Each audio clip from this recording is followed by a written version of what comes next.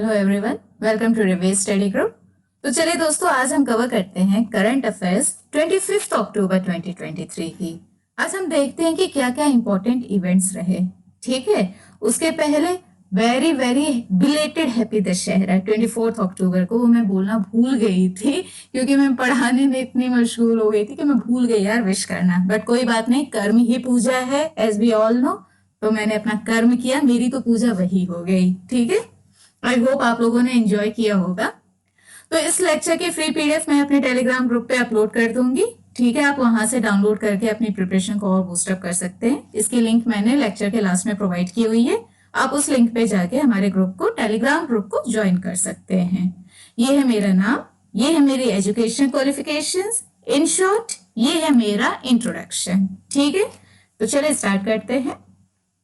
इसमें सबसे पहला क्वेश्चन है, which agency has released the data that states India will surpass Japan to become world's third largest economy by 2030? Very, very important question. Okay.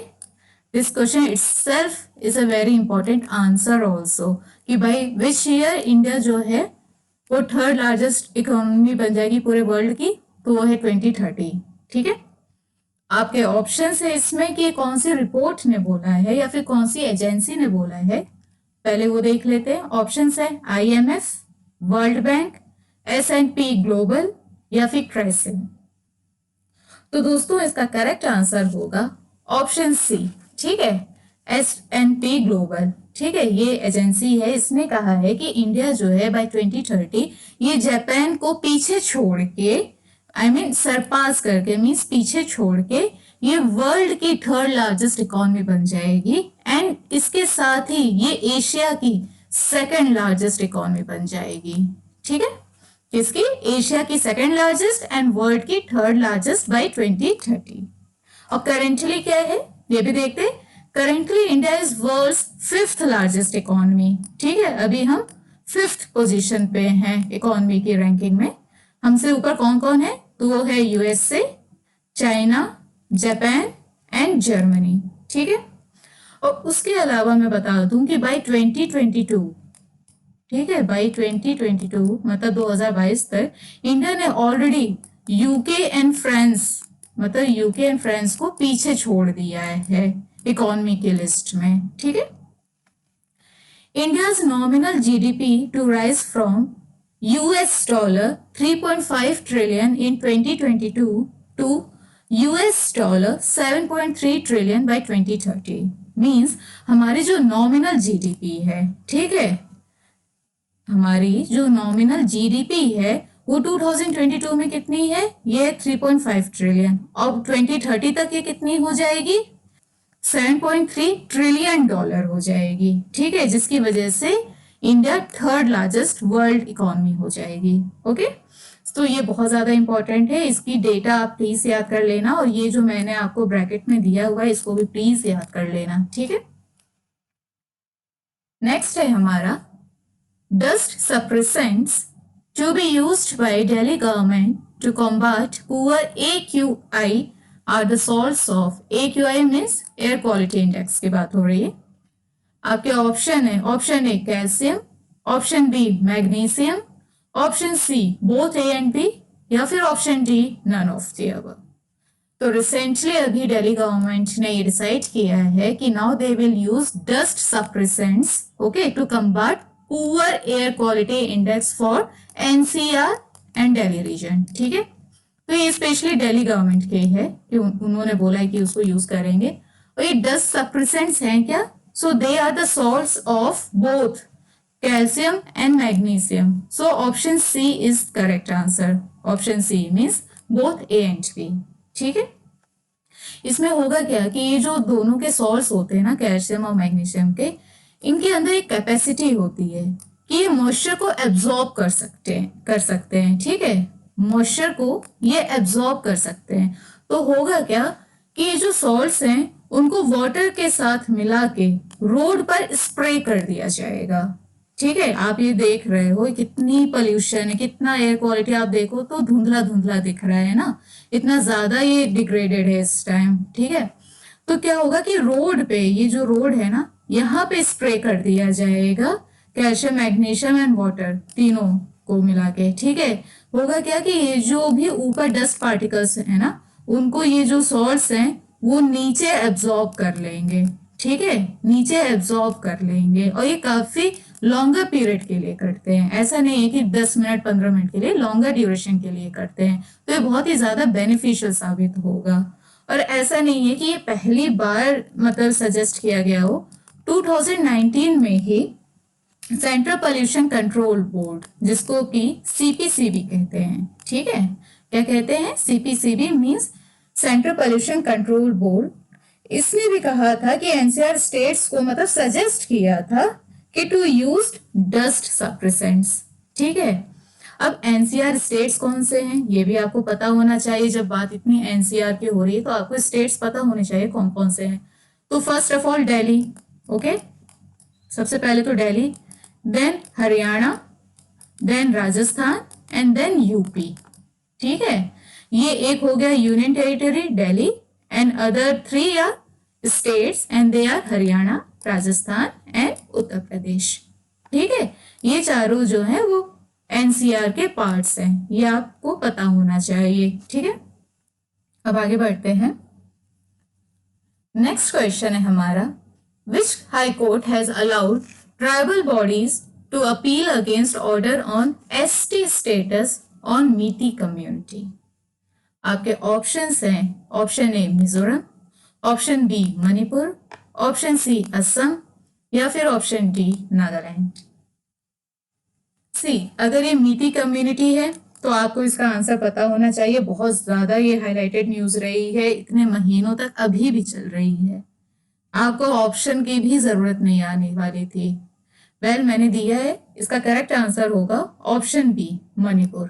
ठीक है, Manipur high court ने कहा है कि मतलब उन्होंने अलाउ कर दिया है ट्राइबल बॉडीज को कि वो एसटी स्टेटस जो है, जो ऑर्डर पास हुआ था एसटी स्टेटस फॉर मीटी कम्युनिटी के, उसके अगेंस्ट वो अपील कर सकती हैं अब। ठीक है, अब ये सब चीजें क्या हैं, मैंने इस पे अपना एक शॉर्ट्स भी बनाया हुआ है, मैक्सिमम 50 सेकेंड्स का है। अगर आपने नहीं देखा तो आप देख लीजिएगा, आपको 50 सेकेंड में पूरा इस इशू के बारे में सब समझ में आ जाएगा।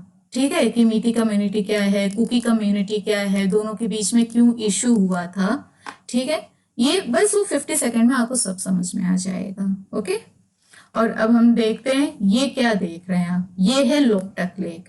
ठीक है, लोकटक लेक, मैंने इसकी इमेज इसलिए यहाँ लगाई है क्योंकि one of the very famous question of UPSC is where is Loktak lake located.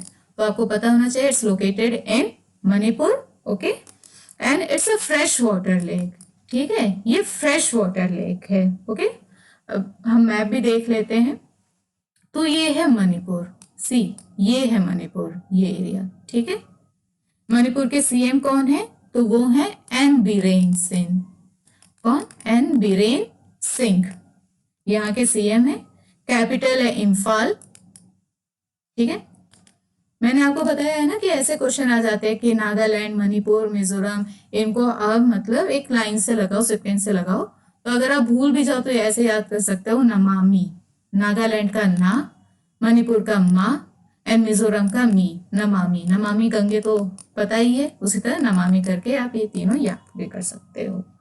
अब इससे क्वेश्चन क्या आता है, इस मतलब ज्योग्राफी में इसके अलावा मैप से क्या आता है कि नेबरिंग स्टेट्स पूछा जाता है, और नॉर्थ ईस्ट के सारे बहुत ज्यादा इंपॉर्टेंट है क्योंकि नॉर्थ ईस्ट से मैक्सिमम नेबरिंग स्टेट्स जो है वो पूछे जाते हैं।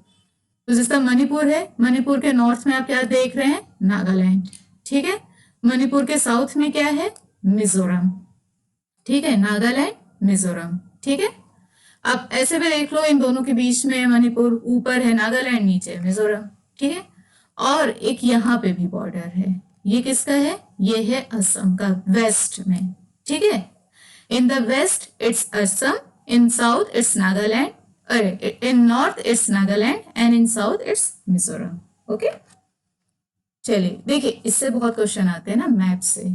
ज्योग्राफी में क्या होता है ना, आपको मैप पूरा रटा होना चाहिए। अगर आपको मैप याद है इंडिया का कि कौन सी रिवर कौन से स्टेट में होके बहती है, या फिर उसकी ट्रिब्यूटरीज क्या हैं, ठीक है, ट्रिब्यूटरीज के नेम, राइट मतलब right bank tributaries, left bank tributaries and the neighbouring states along with the neighbouring countries की कौन कौन से वो कंट्रीज से अपना बॉर्डर शेयर करता है। तो आपको इसी से मैक्सिमम क्वेश्चन आपके ज्योग्राफी के करेक्ट हो जाएंगे, मैप से ही। ठीक है, अगर आप एटलस देखते हैं ना, तो एटलस के स्टार्टिंग में जो इंडिया का 2 पेज का फिजिकल और पॉलिटिकल मैप है, उसको आप ध्यान से देख लो। ठीक है, उससे मैक्सिमम क्वेश्चन आपके करेक्ट हो जाएंगे। नेक्स्ट है हमारा, name the person who has recently resigned from the post of Byju's CFO. CFO means chief financial officer. Okay, chief financial officer. और आपके ऑप्शंस हैं A Ajay Goyal, B Anil Agarwal, C Sonal Srivastava या फिर डी प्रदीप कनाकिया। तो इसका करेक्ट आंसर होगा दोस्तों ऑप्शन ए अजय गोयल। ठीक है, ये जो है इन्होंने अभी रिजाइन कर दिया है बायजूस के CFO के पोस्ट से। ठीक है, और अनिल अग्रवाल कौन है, तो ये वेदांता के ओनर हैं। और सोनल श्रीवास्तव, इन्होंने रिसेंटली वेदांता के CFO की पोस्ट से रिजाइन किया है। ठीक है, इससे वेदांता की CFO की पोस्ट से इन्होंने रिजाइन किया है और इनकी जगह अब अजय गोयल आएंगे। अजय गोयल पहले भी वेदांता में थे, फिर वो बायजूस में चले गए, अब वापस से उनकी घर वापसी हुई है वेदांता में, इसकी अजय गोयल की। ठीक है, नेक्स्ट है हमारा, farmers will get how much percentage of profit through cooperative export body as said by the Amit Shah ji. आपके ऑप्शंस हैं, option A 40%, option B 50%, option C 60% या फिर ऑप्शन डी 30%। तो दोस्तों इसका करेक्ट आंसर होगा ऑप्शन बी 50%। ओके, जैसा कि मैंने आपको पढ़ाया है कि national symposium on cooperative export जो है, जो कि अभी न्यू दिल्ली में चल रहा है। ठीक है, न्यू दिल्ली में हुआ है। यहाँ पे अमित शाह जी ने क्या कहा है कि जो नेशनल कोऑपरेटिव एक्सपोर्ट्स लिमिटेड है, कौन, NCEL means national cooperative exports limited, ये एक न्यूली क्रिएटेड अम्ब्रेला ऑर्गेनाइजेशन है कोऑपरेटिव सेक्टर एक्सपोर्ट्स के लिए। ठीक है, किसके लिए, कोऑपरेटिव सेक्टर एक्सपोर्ट्स के लिए। तो वही अमित जी ने कहा है, अमित शाह जी ने कहा है कि इस बॉडी ने 7,000 करोड़ का ऑर्डर रिसीव किया है, मतलब एक्सपोर्ट के लिए कितने का, 7,000 करोड़ का ऑर्डर रिसीव किया है। और इस ऑर्डर से जो भी प्रॉफिट होगा, ठीक है, उसका 50% जो है वो फार्मर्स को दिया जाएगा। ठीक है, कितना दिया जाएगा, 50%। और ये नेशनल सिंपोजियम इसका कहाँ हो रहा है, तो हो रहा है न्यू दिल्ली में। ओके, अब आगे बढ़ते हैं। Who has been appointed as the chairman of Advisory Council of IIT Una. ठीक है, IIT ऊना के एडवाइजरी काउंसिल के चेयरमैन कौन बनाए गए हैं। अब ऑप्शंस देख लेते हैं हम, अरुण सेठ, रवि शर्मा, प्रोफेसर S सेल्वा कुमार या फिर option D none of the above. तो देखिए ये वन लाइनर है अपना आंसर, इसका करेक्ट आंसर है ऑप्शन ए अरुण सेठ। ठीक है, कौन है, अरुण सेठ, इनको चेयरमैन बनाया गया एडवाइजरी काउंसिल का IIT यूना का। ओके, अब आगे हम बढ़ते हैं। से ऐसे क्वेश्चंस पूछे जाते हैं ना जो वनडे एग्जामिनेशंस होते हैं, इसलिए मैंने वो सारी चीजें इंक्लूड की हैं। Which state has decided to set up a committee to conduct its own ranking for the colleges? Means जो NAC होता है, ठीक है, जो कि कॉलेज को रैंकिंग देता है। आपने देखा होगा कि A रैंक है, A+ रैंकिंग है, किसी कॉलेज की A रैंकिंग है, किसी की B+ रैंकिंग है, ये NAC देता है। तो हुआ क्या है कि इस स्टेट ने बोला है कि जो NAC है ना, जो इसने रैंकिंग दी है या फिर रेटिंग दी है, मतलब वो सही नहीं है। इस स्टेट को लगा कि नहीं, ये NAC जो है वो गलत किया है, तो वो बहुत ही मतलब डिसअपॉइंट हो गया। उसकी वजह से उसने बोला कि अब हम खुद एक कमिटी सेटअप कर रहे हैं, जो कि हम अपने कॉलेजेस को खुद कंडक्ट करेंगे कि उसकी रैंकिंग क्या होनी चाहिए। और वो है ऑप्शन बी बिहार। ठीक है, बिहार गवर्नमेंट ने ये डिसाइड किया है। और इससे मैं बता दूं कि बिहार के CM कौन है, तो वो है नीतीश कुमार जी। ठीक है, और रिसेंटली बिहार न्यूज में क्यों रहा है, तो बिहार गवर्नमेंट ने बेंगलुरु में, कहा, बेंगलुरु में इन्वेस्टर समिट ऑर्गेनाइज किया। ठीक है, कहाँ ऑर्गेनाइज किया? इन्वेस्टर समिट बेंगलुरु में ऑर्गेनाइज किया। उसके अलावा बिहार गवर्नमेंट ने जुडिशियल सर्विसेज में EWS, ठीक है, इसको इकोनॉमिकली वीकर सेक्शन को जुडिशियल सर्विसेज में बिहार गवर्नमेंट ने 10% का रिजर्वेशन प्रोवाइड करने का डिसीजन लिया है। कितना? 10% रिजर्वेशन। ठीक है, और very very important art and culture के एंशिएंट इंडिया जिससे भी आप बोलो उससे रिलेटेड बहुत इंपॉर्टेंट क्वेश्चन, नालंदा यूनिवर्सिटी ये कहाँ पे है? ये है बिहार में। ठीक है, बिहार का एक डिस्ट्रिक्ट है उसका नाम है नालंदा। ठीक है, वहां पे नालंदा यूनिवर्सिटी थी। और इसको किसने बनाया था? ये बहुत बार पूछा जाता है कि Nalanda university was established bye whom, so you must be knowing about Kumaragupta. Okay, Kumaragupta established Nalanda University, and one of the very famous question, who has destroyed Nalanda University? किसने डिस्ट्रॉय किया था नालंदा यूनिवर्सिटी को? तो वो थे बख्तियार खिलजी। ठीक है, पद्मावत मूवी देखी है आपने तो आपको पता होगा कि बख्तियार खिलजी कौन है, क्योंकि हम चाहे जितना भी पढ़ ले अगर मूवी में रहता है तो हमें ऑल टाइम याद रहता है। ठीक है, तो बख्तियार खिलजी ने इसको डिस्ट्रॉय किया था और काफी महीने लग गए थे। इतनी बड़ी इसकी लाइब्रेरी थी इस यूनिवर्सिटी की कि अप्रोक्सीमेटली इतने टाइम लग गया, मतलब 6 मंथ्स के अराउंड इसको सिर्फ जलते जलते, सोचो। ठीक है, तो बहुत ज्यादा इंपॉर्टेंट है ये। अब आगे हम देखते हैं, according to IEA India's demand for electricity for ACs, air conditioners की बात हो रही है यहाँ पे। ठीक है, by 2050 will exceed total power consumption of, कौन सी कंट्री या फिर कौन से कॉन्टिनेंट की यहाँ पे बात हो रही है कि जितना वो इस टाइम प्रेजेंट टाइम में पावर कंजम्पशन अपना कर रहा है उतना इंडिया अकेले सिर्फ AC की उतनी डिमांड होगी पावर कंजम्पशन के लिए बाय 2050। कौन सी ऐसी कंट्री या फिर कौन सा ऐसा कॉन्टिनेंट है? आपके ऑप्शन है न्यूजीलैंड, ऑस्ट्रेलिया, फ्रांस या फिर अफ्रीका। तो इसका करेक्ट आंसर होगा ऑप्शन डी, अफ्रीका। ठीक है, ये वर्ल्ड एनर्जी आउटलुक रिपोर्ट आई है IEA की, उसमें ये बोला गया है। ठीक है, तो हमारे लिए तो ये इंपॉर्टेंट है, लेकिन मोस्ट इंपॉर्टेंट क्या है? What is this IEA? ठीक है, इसका फुल फॉर्म क्या है, ये बॉडी है क्या? चलिए तो इसके बारे में हम पढ़ लेते हैं। इसका फुल फॉर्म होता है international energy agency. IEA, it's full form is international energy agency and was founded in the year 1974 to ensure the security of oil supplies. से होता क्या है कि 1973-74 में ऑयल क्राइसिस आ जाता है। ठीक है, ऑयल क्राइसिस आ जाता है, उसमें होता क्या है कि जो ऑयल प्रोड्यूस करते हैं जो नेशंस, वो ऑयल के जो प्राइसेस है उनको एकदम हाई लेवल पे कर जाते हैं। तो उससे क्या होता है कि जो डेवलपिंग कंट्रीज होती हैं वो उसको परचेज नहीं कर पाती हैं। तो इसीलिए इसको बनाया गया था, so that it can ensure the security of oil supplies. ठीक है, it is an autonomous intergovernmental organization, okay, which works within OECD framework. ये वेरी वेरी इंपॉर्टेंट कि कितने मेंबर्स हैं इसके? तो 31 मेंबर स्टेट्स हैं एंड 11 एसोसिएशन स्टेट्स हैं, मींस एसोसिएट मेंबर्स हैं। कितने? 11 एसोसिएट मेंबर्स हैं और 31 मेंबर्स हैं। और इस एसोसिएट मेंबर्स में ही एक है इंडिया।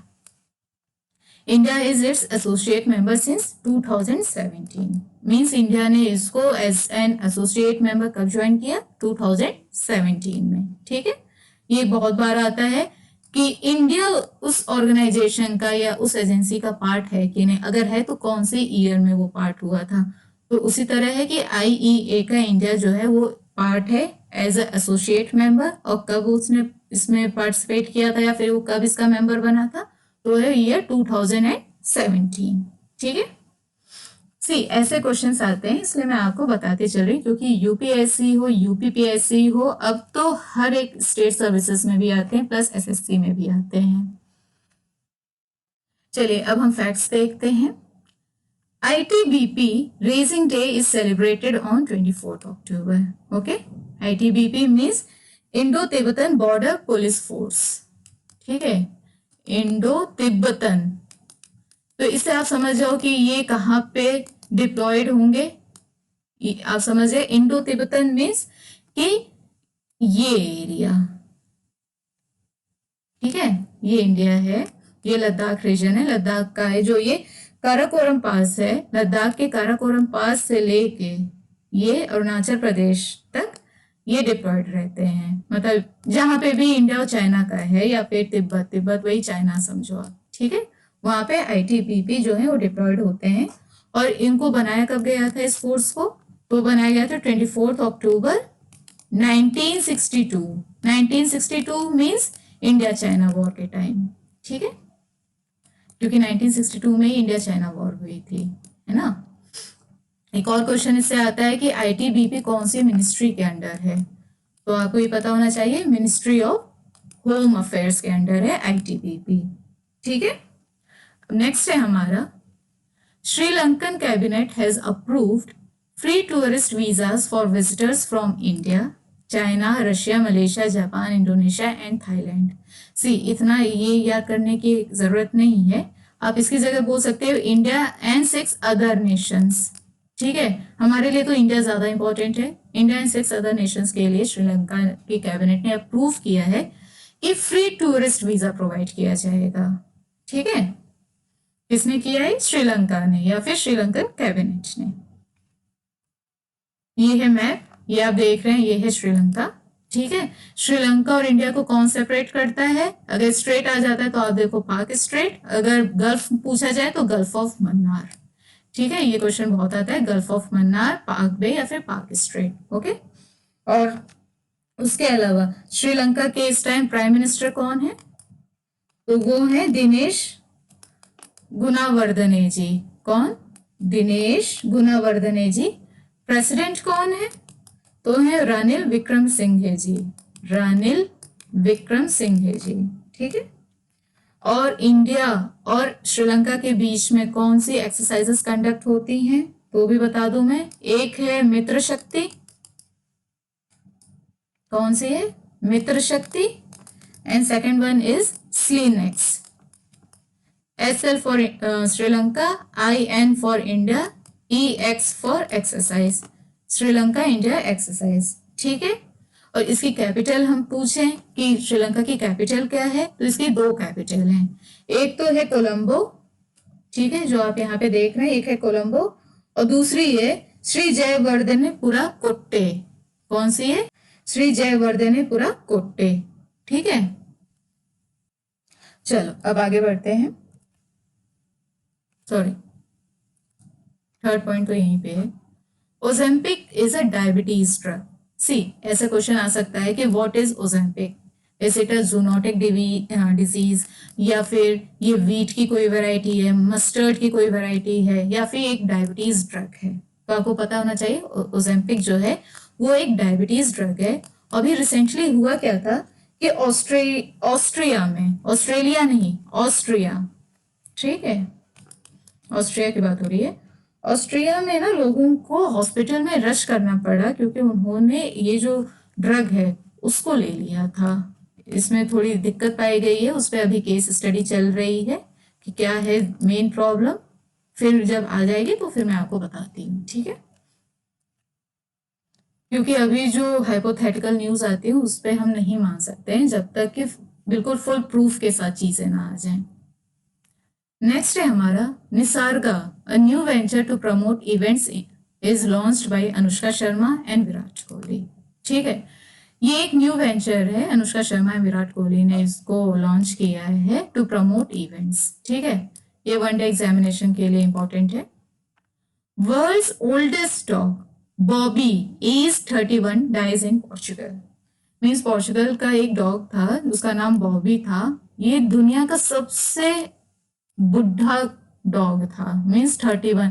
जिसका हमने सुना है कि मैक्सिमम कितनी एज होती है, अगर हम जर्मन शेफर्ड वगैरह की बातें करें तो 12 to 13 ईयर्स हो गया, और जितना कुत्ता छोटा होता है उसकी एज उतनी ज्यादा होती है, ठीक है। तो मैक्सिमम 18 to 20 ईयर्स, जैसा ची हुआ हो गए, उनकी एज इतनी ही होती है। बट ये जो डॉगी था नेम्ड बॉबी, ये 31 ईयर्स तक रहा है जिंदा, ठीक है। अभी उसकी डेथ हुई है एट द एज ऑफ 31, कहाँ पे? पोर्चुगल में, ठीक है। तो दोस्तों ये थी हमारी आज की इम्पोर्टेंट करंट अफेयर्स। अगर आपको हमारा ये वीडियो अच्छा लगा हो तो प्लीज़ हमारे चैनल को लाइक शेयर और सब्सक्राइब ज़रूर करें। उसके अलावा आप हमें टेलीग्राम, इंस्टाग्राम और फेसबुक पर भी फॉलो कर सकते हैं। और ये है हमारी टेलीग्राम की लिंक, जिसके बारे में मैंने आपको स्टार्टिंग में बताया था क्लास के।